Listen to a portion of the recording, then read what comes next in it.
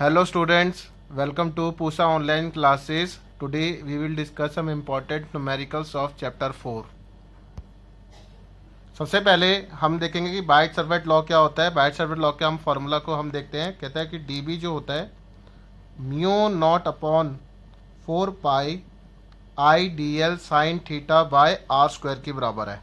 ठीक है, कैसा होता है कि हमारे पास एक कंडक्टर है straight, that is X Y, and dl be the current element, this is current I, and dl be the current element, this is r distance, and theta be the angle, and p is the point where we will calculate the magnetic field. तो right hand जो rule लगाना है हमें यहाँ पर, तो right hand के according हमारा थंब जो है इस डायरेक्शन में, ये डिस्टेंस r है, और मैग्नेटिक फील्ड लाइन जो है वो इनवर्स डायरेक्शन में है। तो हमने क्या देखा कि यहाँ पर हमारे पास थंब रूल जो है अप्लाई हो रहा है। अब इसके बाद जो है एक दो फॉर्मूले और हैं, फिर हम न्यूमेरिकल स्टार्ट करते हैं। ये एक स्ट्रेट कंडक्टर है, this is conductor A B, और इसके थ्रू एक स्ट्रेट कंडक्टर के थ्रू हमें क्या निकालना है, magnetic field eight point P पर। तो अगर इसके अंदर करंट आई जाएगा तो ये डिस्टेंस अगर आर है तो थंब रूल के according magnetic field inverse direction में हो जाती है। तो this represent are distance, and यहाँ से ए पॉइंट से जो एंगल बनता है और बी पॉइंट से जो एंगल बनता है उसके नाम है यहाँ पर, that is alpha and beta. तो यहाँ पर हमारे पास जो स्टैंडर्ड फार्मूला है मैग्नेटिक फील्ड निकालने का वो क्या होता है बेटा, mu naught upon 4 pi I by R sine alpha plus sine of beta के बराबर होता है। ठीक है, ये जो है एक फाइनाइट लेंथ की वायर होती है, ओनली फाइनाइट लेंथ है, हमें गिवन होगी। और यहाँ पर जो मेन पॉइंट्स है कि यहाँ पर जो है हमारे पास डिस्टेंस जो है वो परपेंडिकुलर होता है स्ट्रेट वायर से, और टॉप और बॉटम से जो है ना यहाँ पर एंगल गिवन होते हैं, that is alpha and beta. ये हमारे पास एक स्पेशल केस है, ये एक वायर ए बी है। पहले पी पॉइंट जो है परपेंडिकुलर डायरेक्शन पर होता था, बट अब ये परपेंडिकुलर डायरेक्शन पर नहीं है। तो मैं क्या करूँगा बेटा, मैं इसको ज्वाइन कर देता हूँ और कुछ इस तरीके की फिगर बना के मैं कुछ इस तरीके का एक राइट एंगल ट्रायंगल बना लेता हूँ। तो ये जो ए है, ए से जो एंगल बनता है यहाँ तक का वो है अल्फ़ा, और ये वाला जो एंगल है इसका नाम है बेटा बीटा। ठीक है, और इस पॉइंट का से ये जो पॉइंट है ये ओ है, ओ पी जो डिस्टेंस है वो हमने आर मान लिया। ठीक है, अब जो है मैं ए से और बी से मैग्नेटिक फील्ड निकाल सकता हूँ, क्योंकि इस करंट में ए बी वायर में जो है करंट आई फ्लो हो रही है, और यहाँ पर जो ये जो पॉइंट है ना, पहले याद रखना है ये जो एजेस हैं इसके, ठीक है, वो एजेस से बाहर जा रहा है पॉइंट। पहले कहाँ था बेटा, मिडल में।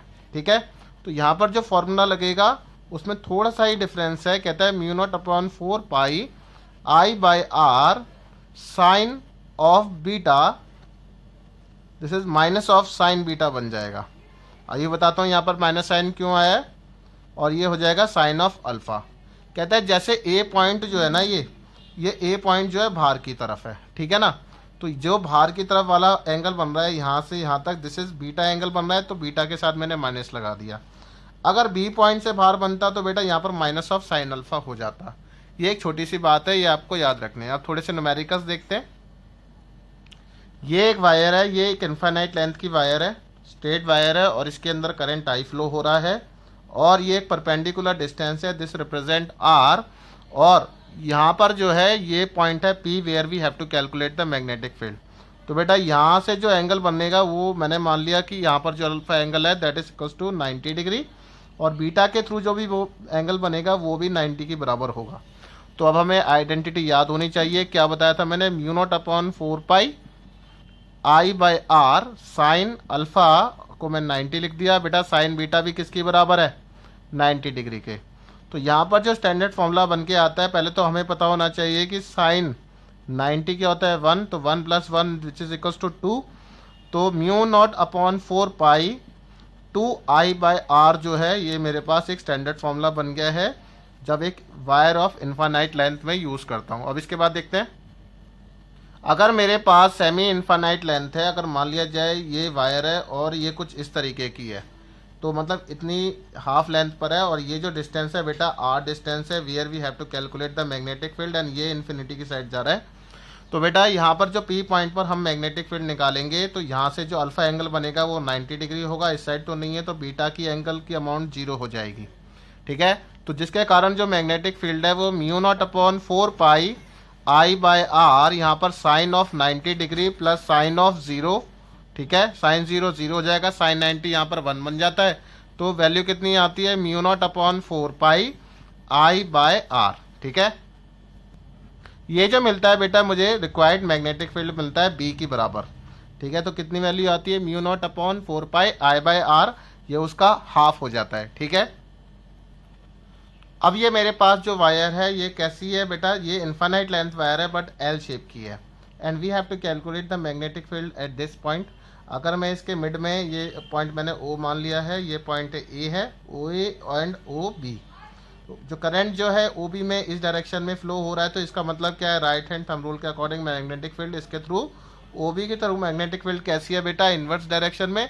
सिमिलरली करंट इसमें है, तो बेटा थंब रूल के अकॉर्डिंग मैग्नेटिक फील्ड यहाँ पर भी इन्वर्स डायरेक्शन में मानी गई है, ठीक है। अब मैं एक और फिगर बनाता हूँ, इसको मैं क्या करता हूँ बेटा, मैं ओ बी वाले पार्ट को अलग सॉल्व कर लेता हूँ, क्योंकि ये एक स्ट्रेट वायर बन रही है और ये जो डिस्टेंस है इसके थ्रू मुझे ये कुछ एंगल बना रहा है, दैट इज़ 45।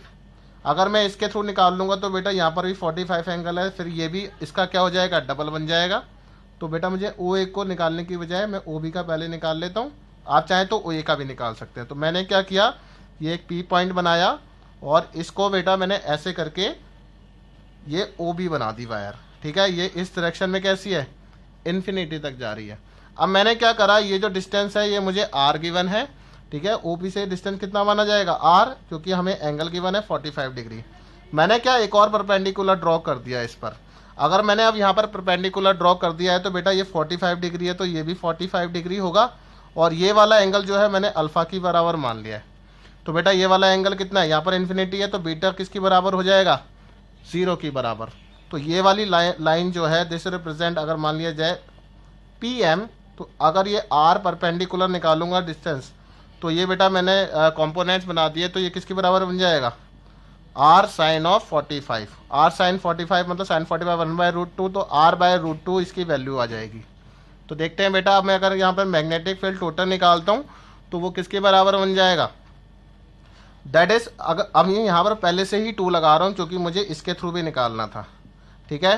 तो ये बन जाएगा mu naught upon 4 pi I, अब बाय आर, आर कैसा लेना है बेटा, perpendicular distance which is equals to R by √2, ठीक है। अब यहाँ पर लिखेंगे साइन ऑफ कितना 45 डिग्री, एंड अदर कौन सा है बेटा, sine of, that is theta, किसकी बराबर है यहाँ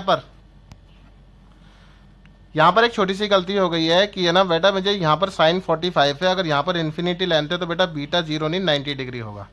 ये मैंने लास्ट क्वेश्चन कराया ना, बिल्कुल सेम।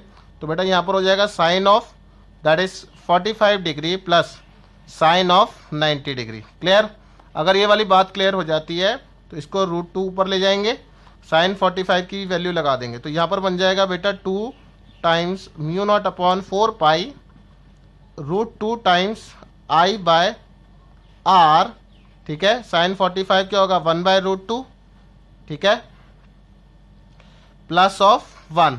आई होप यहाँ तक क्लियर होता है। अगर यहाँ तक क्लियर होता है तो यहाँ पर मैंने इसकी वैल्यू को एलसीएम ले लिया, तो यहाँ पर √2 भी लिख देता हूँ, इसके पूरे के नीचे लगा देता हूँ, तो ये √2 से √2 कैंसिल आउट हो जाएगा, और यहाँ पर जो है एक और पार्ट कैंसिल हो जाएगा, दैट इज़ 2 2 ज़ा 4। तो mu naught upon 2 pi, okay, I by R √2 plus of 1। अब ये जो मेरे पास फॉर्मूला निकल के आया, ये हमारे पास जो है ये स्टैंडर्ड रिजल्ट बनता है इस प्रॉब्लम का। आई होप कि आज के लेक्चर में आपको क्लियर होते हैं ये न्यूमेरिकल्स, इंपॉर्टेंट न्यूमेरिकल्स हैं, करिएगा जरूर। Thank you very much.